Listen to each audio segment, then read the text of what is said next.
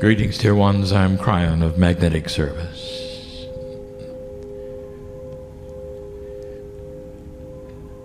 There should be no reason for any anxiety that my partner would feel in a channel such as this. In the hundreds of times he has sat in the chair,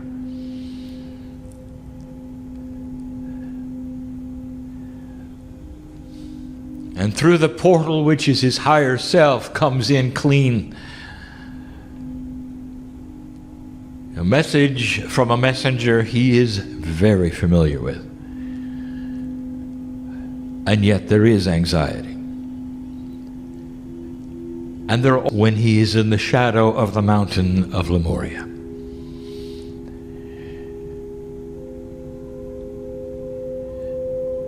For this is an energy which he recognizes but does not recognize. Things which are hidden from him in his Akash.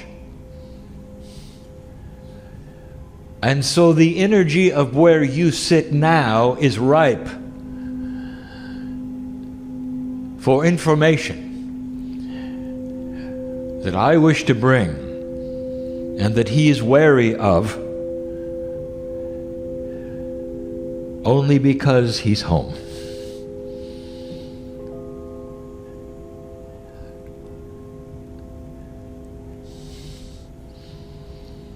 For the listener, we tell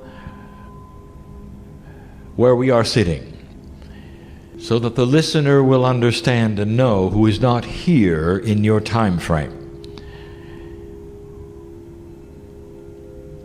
First of all, you are upon the water. But in this particular situation, you're not moving. In the past, channels have been given, which were easier for my partner because you were moving. That is to say, there was no grounding element at all. But there is, here and now, for although you are floating, and although you are anchored, it is a dichotomy, you might say. Are you grounded or are you not grounded? It's a combination that produces an energy which is unique. The water is reflective.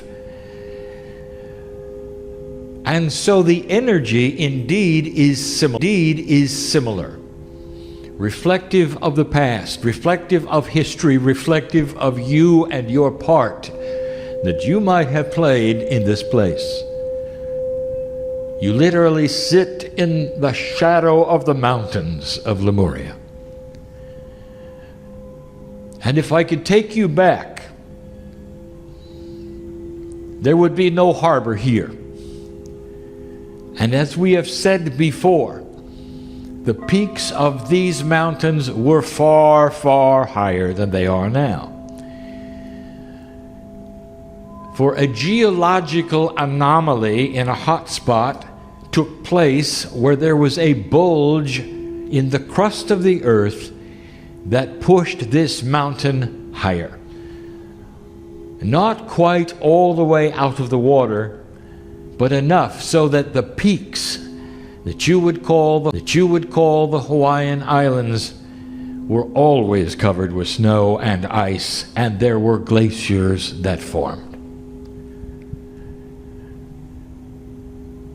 And yet the peaks were where the work was done that was sacred.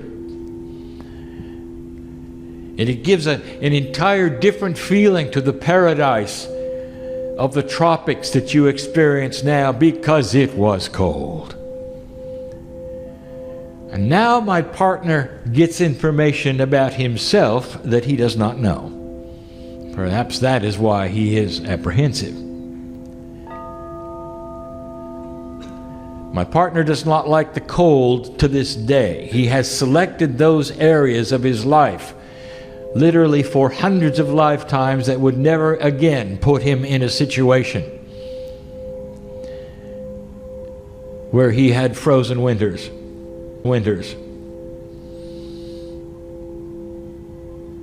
And he knows the lifetimes that have been showed by the readers of where he's been and what he has done. Even to the next lifetime of where he's going, and none of them have winters because of what happened here.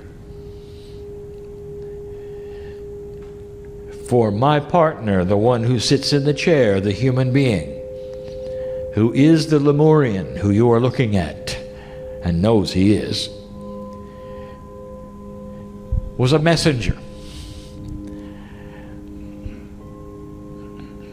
And the job of the messenger in Lemuria was to run up and down these hills, from those areas which were not cold to the areas which were,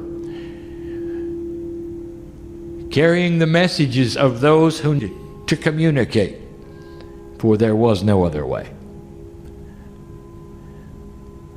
And so he was constantly cold. There are places that he has not visited on this island for that very reason. And he will not trod for that very reason. The pathways bring up too much of a memory for him of being uncomfortable. And it carries through his Akash from the time he was Lemurian to this day. Now that explains some things to him personally, not to you. These are the times in this energy which I wish to reveal things about the earth, about Lemuria, about how things transpired. And each year that goes by seems to clear the communication, allowing for something to be given that is more succinct for you.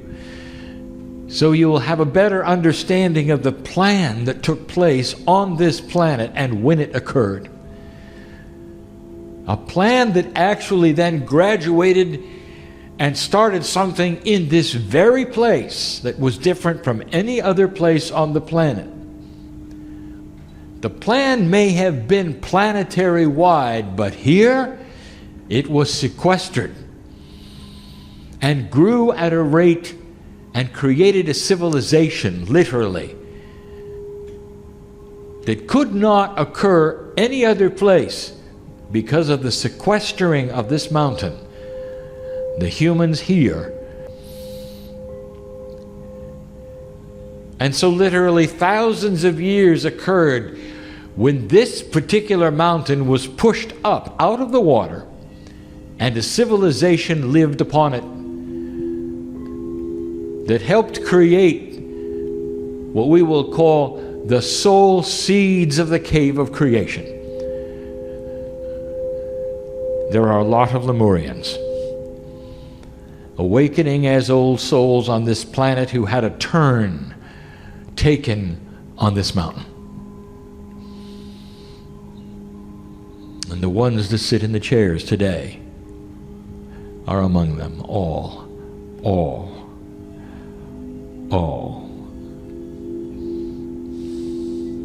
And you feel it. At some level, you feel it. Are hiding in the scheme of this planet, including the consciousness of Gaia itself that has to do with you. Now, I've just shown my partner what we're going to do.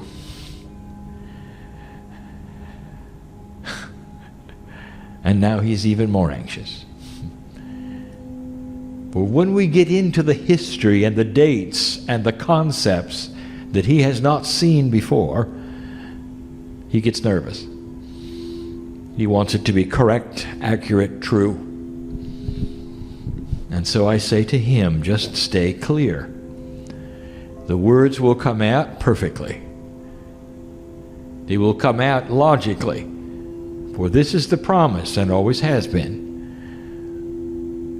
that the synthesis of a multidimensional being called Cryon meld in a confluence of energy that creates a three-dimensional structured conversation. And that is his gift. And so I wish to again give you the time frame of the seeding of this planet of those that you would call the Pleiadians.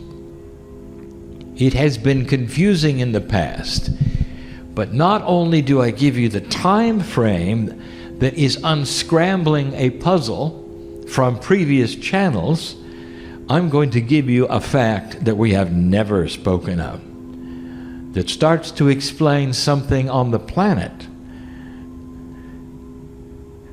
a question that never was asked. It's one of my specialties, bringing up things no one thought of.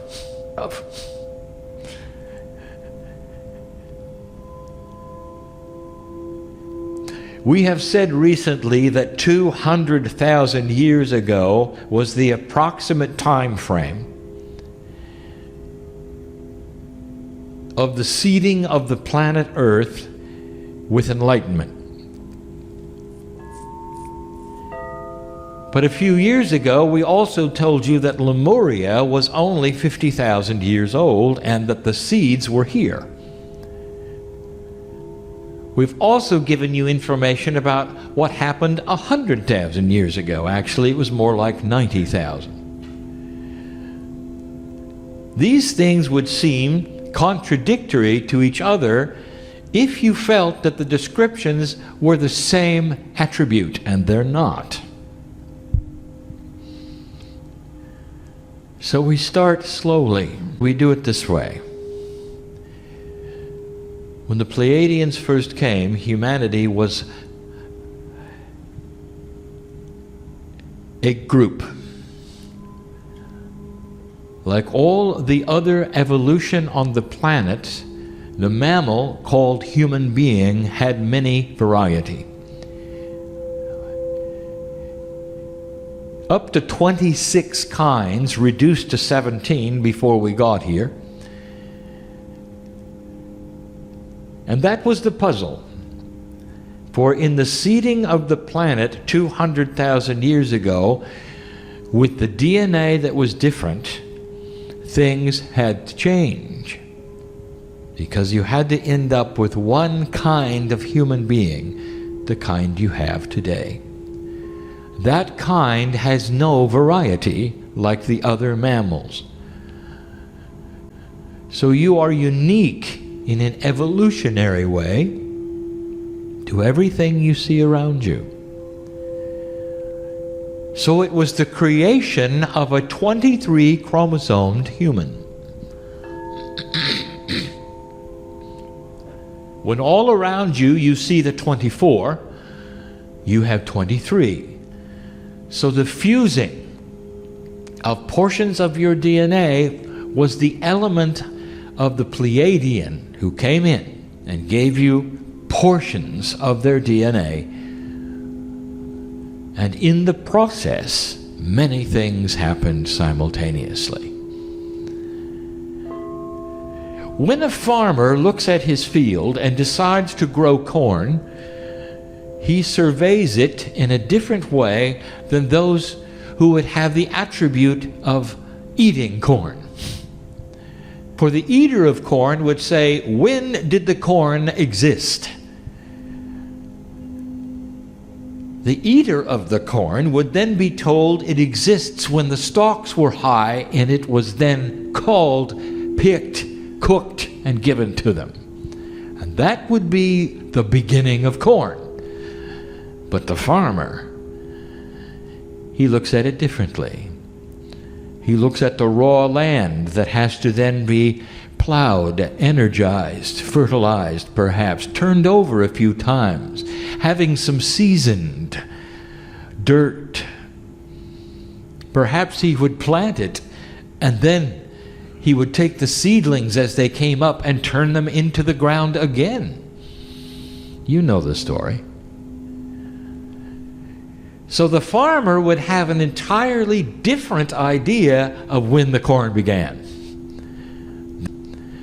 than the eater.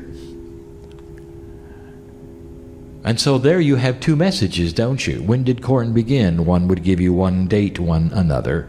And you would say, well, that doesn't make sense. Which is which? It depends upon who's asking. The consumer of the corn or the grower of the corn? And then there's a third one. What about the conceiver of the corn? I give you this as an example of why the dates are different. So I'm going to give you all of them, and I'm going to tell you what happened, and I'm going to be succinct. And I'm not going to draw it out.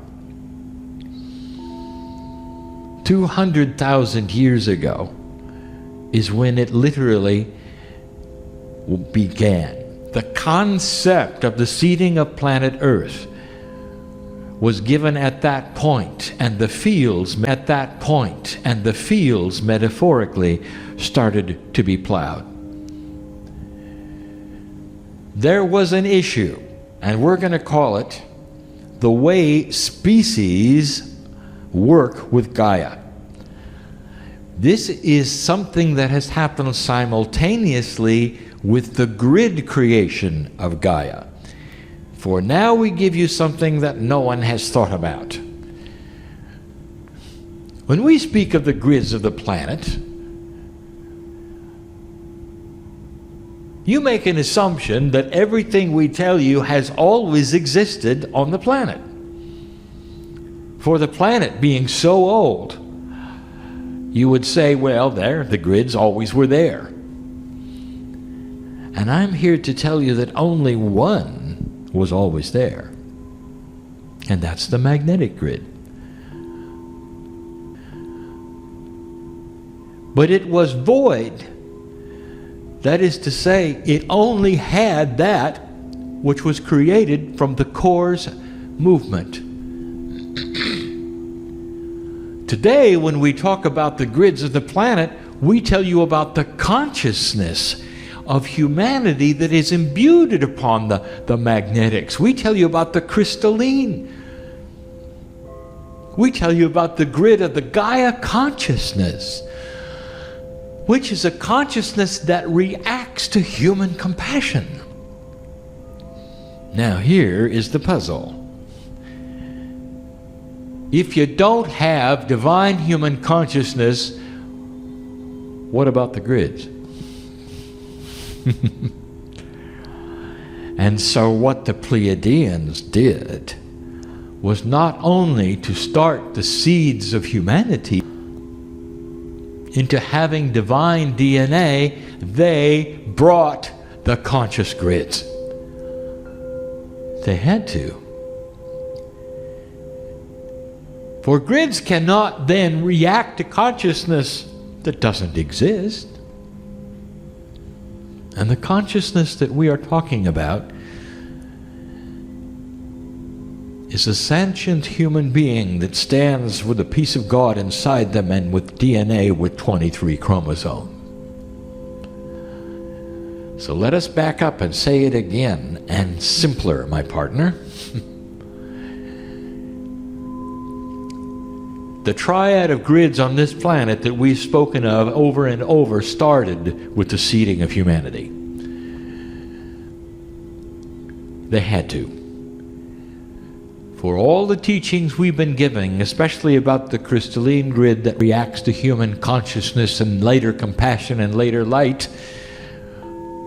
would have had no purpose to be here at all.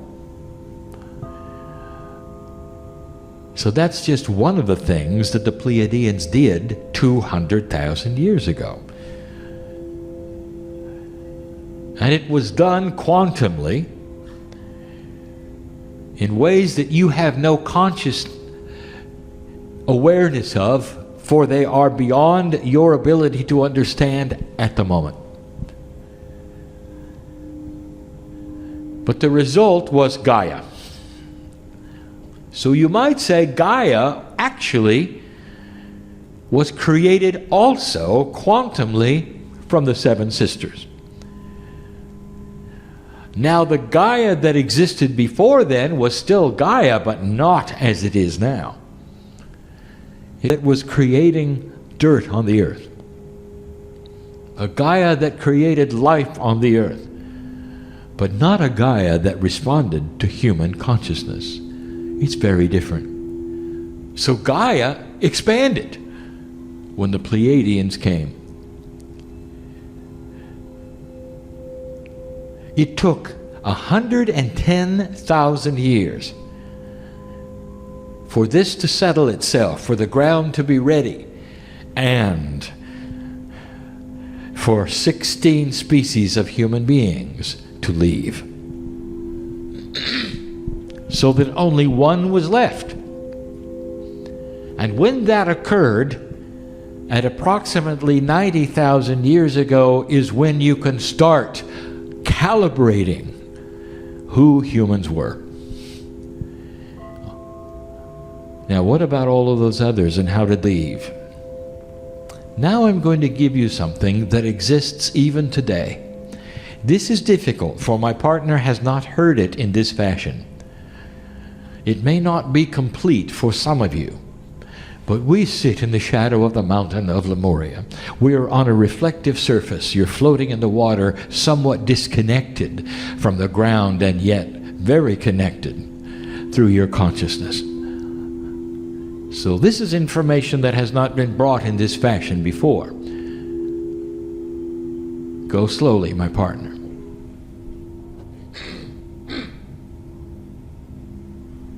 The variety of species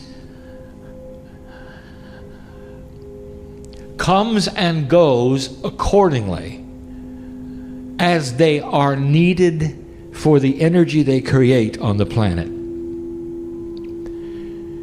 And so it is one of the tasks of Gaia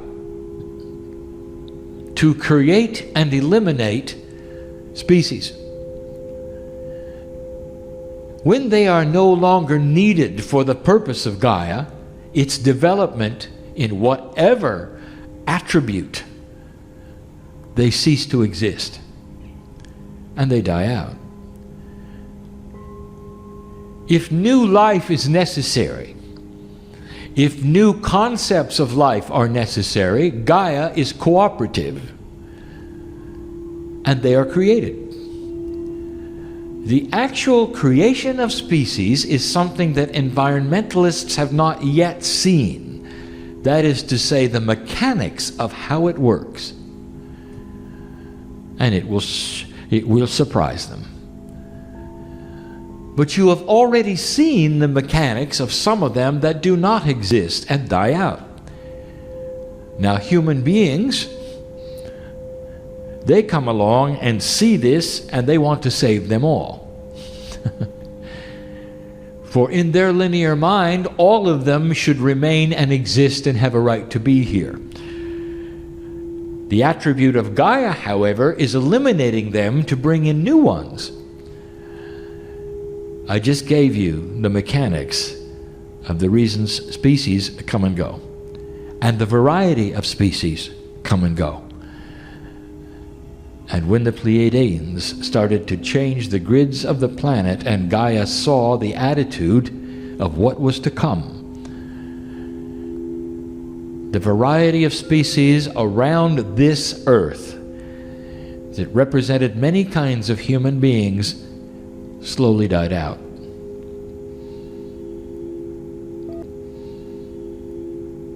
There was not a war. There were no horrible plagues. There were no volcanoes and tsunamis that consumed them. Over attrition, appropriateness, and 110,000 years, they disappeared. And so approximately 100,000 years ago, there was only one left. And this is science. And everything that you study will bear it out. It also starts the esoteric engine of the pattern of life on the planet, where you can start to measure the soul. The very work you're doing today, track the history. See what the intuition is of the creator of that system. When were you able to look at it succinctly? Now, how does this tie in to where you're sitting? Now we're at 90,000 years ago, and you're now looking at the beginning of the human being who had the 23 chromosomes.